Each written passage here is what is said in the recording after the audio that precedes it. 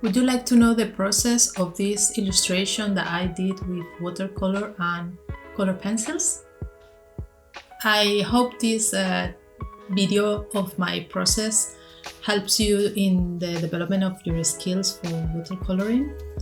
I'm gonna give you some tips and guide you through how I created this illustration from light to dark colors, which is the technique I use the most because it's the most precise, especially when working with watercolors, which are not easy to master, as you know. Some people ask me why I use masking fluid always to cover some areas at the beginning after my line work, and it's to be much more precise and clean when working, especially from background to forward, which is how I do it, from light to dark, because it allows me to do the brush strokes, like you're gonna see, much more confident without thinking about the little details or being careful, because I want the color to be even, and it's kind of like the lighting of the scene, so I don't want to get worried about not going over the lines of the other characters. Watercolor, because it's washes of water, you don't really cover completely once you put a layer over so you can see through, so it's important that the areas that you paint are clean, and if you don't want a color transparent to be seen on the top of the other one, you need to be thinking about the areas that you want to paint with certain hues. So that's why I use this masking fluid. Watercolor is a technique that is kind of like strategic, so you need to have a strategy and thought when you're using it to understand how you're gonna make the painting come through, and the best way is to know really well the colors that you're gonna use, what kind of effects you want from the very beginning. You can explore this in a sketch painting with low quality paper to understand how it's gonna work if at the beginning you're doubting, but it is important that you're very clean and very methodological. No, I can't say this word. Methodological? Is that the way you say? I guess so. Well, you know what I mean. Like, think about the strategy that you're gonna take for painting. So here, as you can see, I've done all my light colors at the background, because usually in real lighting scenes, the lighter colors and the less saturated colors are at the back. So I'm kind of moving forward towards the things that are closer to us with a more saturated color. So less water, more pigment for the watercolor palette. And I'm letting the water from the previous layers to dry completely in the parts where I want it to be even. Sometimes if you want to affect a specific effect from some areas, maybe you can just let the page dry from the previous layer just slightly, so it creates some kind of waves and patterns, but you want it completely like plain, very even color layer, then you need to wait until it's completely dry, completely flat. You're gonna see sometimes that the paper curves a bit, so that's a sign of no, you need to wait until it's completely flat and dry.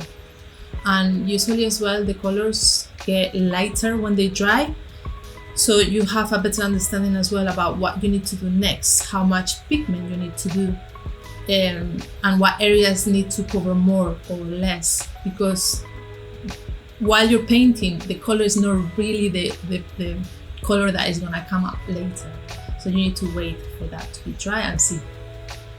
As you can see here, I'm leaving out the leaves because, as I told you before, I don't want those leaves to have a bluish tone when I paint over with another color, I want it to be very bright because they got kind of gonna be a light green.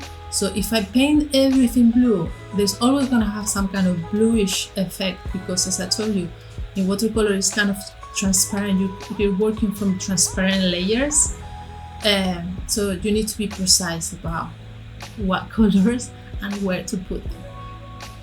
Here in this part, I've already covered all the background. I took off my masking fluid and I'm going through the characters because the background is done. I'm not going to touch it anymore with watercolors. I'm going to add some bits when I finish with my watercolors with color pencils for, to add the proper shapes, lines, and also some texturing and saturation in some parts that the watercolor is maybe not as saturated as I would like to. But apart from that, I'm not going to touch the background anymore.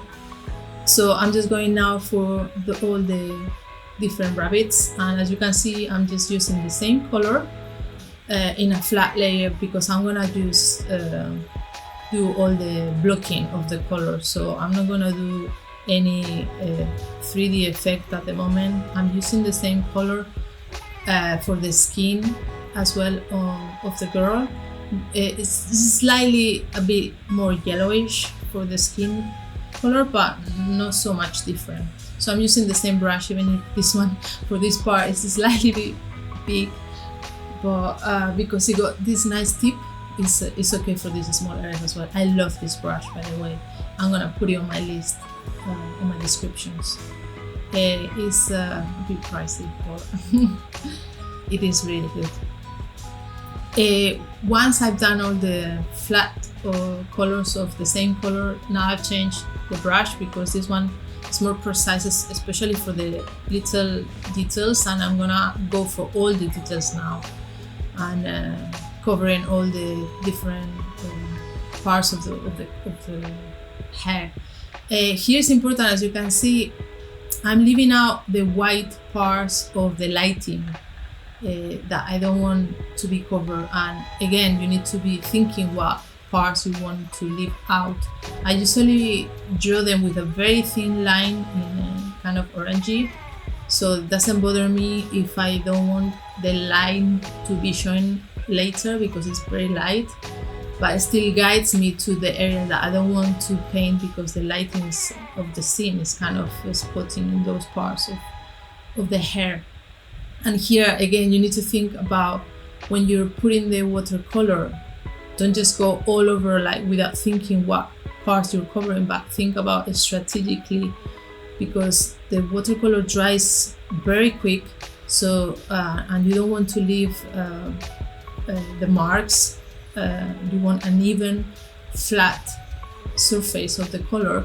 Then you need to think where you put in that water, so you go through evenly without that drying first in some areas and others. So think about just blocks, areas of the painting. Once I've done the girl, I'm gonna go again for the rabbits because they're not gonna be pink. The pink is just to create a purple that is not exactly from the palette because it gives a more authentic, a transparent look of the color. And if you put directly kind of like a purple, imagine from the palette, it's gonna be way more saturated than I want it to be. So that's why I use the transparent layering, and for that you need to know a lot about color theory, obviously.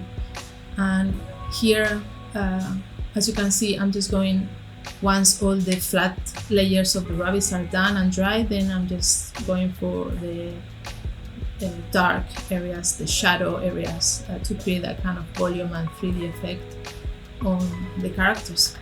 And I'm gonna do the same for the hair. So I'm just going, it's the same color that I used before for the hair, but this time with more pigment, so it's more saturated. And I'm going very, very carefully through all the little details and creating that volume and 3D effect in the parts I want, and some lines as well. Once all the watercolor is done, I'm not going to use it anymore, apart from maybe in some parts. Once all the pencil is done that I think that might need some more, I just go over with my color pencils, and I'm thinking about color and also shapes. So as you can see here, I'm using some different line colors to create that kind of light effect as well. Just think all the time about the scene. And for the little details, my pencil always needs to be super sharp, especially in this small format of the paintings, because the characters are very small. So I'm going all over the lines with different colors. When I use like two colors in the same character, I usually hold, as you can see, the two pencils at a time. So I just switch over the two of them, which is quicker. And I'm gonna just create all the different lines to highlight the shapes of the characters, which have gone completely after the watercoloring. And bit by bit, I'm just creating this kind of more sharp effect, also saturating some parts, as you can see, with my pencils. And that's it. The painting is finished, and I'm just going to show you the result of this painting, how my messy studio looks like. And I hope you enjoyed this process and you learned something new. There are some prints of this illustration in my shop until the 31st of October. Then I'm gonna close it until next year, that I will have another job. Hope you like it. Bye.